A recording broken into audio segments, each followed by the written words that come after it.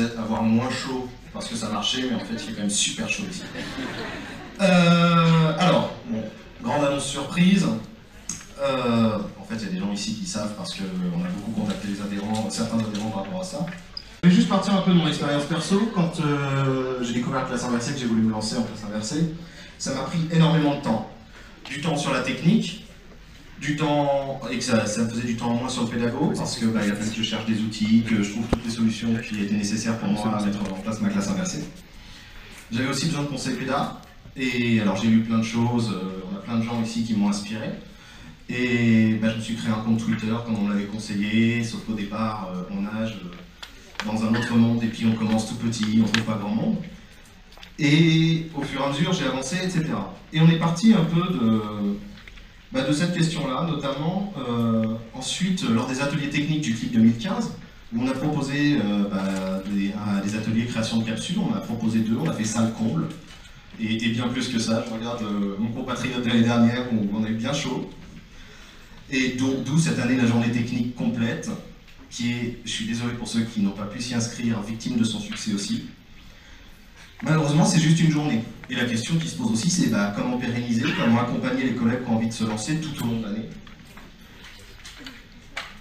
Et alors, au CLIP 2015, il y a eu un atelier qui a été organisé sur les besoins qu'avaient les profs pour se lancer en classe inversée, ou ceux qui étaient déjà praticiens depuis 1, 2, 3 ans. Ce qui a sorti, c'est qu'il y avait un besoin de conseils, de contacts, de ressources mutualisées, ouvertes, indépendantes, centralisées. Parce que dans plein d'établissements, on se pose la question de oui, mais YouTube c'est bloqué chez moi, oui, mais les collègues ils veulent pas qu'on aille sur YouTube, le prof, les principaux, les familles, c'était compliqué.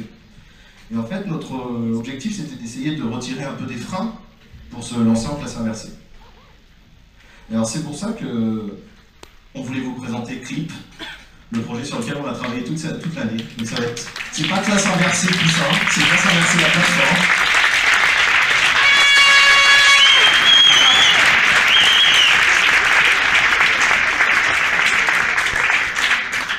Donc l'objectif de cette plateforme, ça va être de faire quelque chose dans les valeurs de l'assaut, dans les valeurs du congrès. L'objectif c'est d'échanger, de partager, de mutualiser.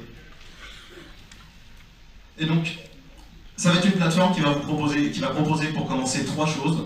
De l'hébergement de capsules vidéo, de l'hébergement local, pas juste une intégration d'un code YouTube,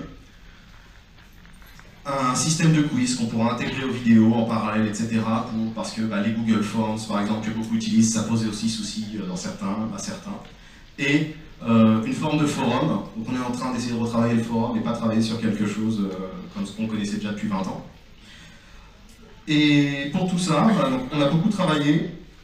Alors, les grands principes quand même, c'est que ça va être une plateforme qui va être ouverte, indépendante, libre, gratuite et communautaire. C'est-à-dire que cette plateforme, elle est faite pour vous et avec vous. Et l'objectif, c'est vraiment de continuer à travailler sur quelque chose comme ça et de travailler ensemble là-dessus. Alors, où on en est pour l'instant? Après 1 an de travail avec l'équipe du CLIP, donc on a un peu sollicité certains adhérents. Le noyau dur, c'était Christophe Viscogliosi, qui n'est pas là aujourd'hui, mais qui était avec nous au CLIP l'année dernière, Yoni Dayan et Louise Dufour. Donc on a beaucoup travaillé sur la plateforme et actuellement le développement est en cours. On a trouvé un partenaire auprès de l'école 42, donc pour ceux qui ne connaissent pas l'école 42, c'est une école de programmation développement qui est accessible à tous, sans condition de diplôme, avec une pédagogie extrêmement innovante. Ils ont voulu nous aider parce qu'ils trouvent qu'on partage beaucoup de valeurs. C'est-à-dire que nous, on s'était dit peut-être qu'on pourrait trouver chez eux des étudiants qui bossent par projet, leur présenter notre projet et qui développent quelque chose pour nous. Et en fait, ils nous ont dit c'est génial, on ne va pas le filer à des étudiants, on va le faire pour vous avec nos techniciens. Parce que c'est un projet qu'on trouve très bien et qui nous tient à cœur aussi. Donc voilà, le développement est en cours.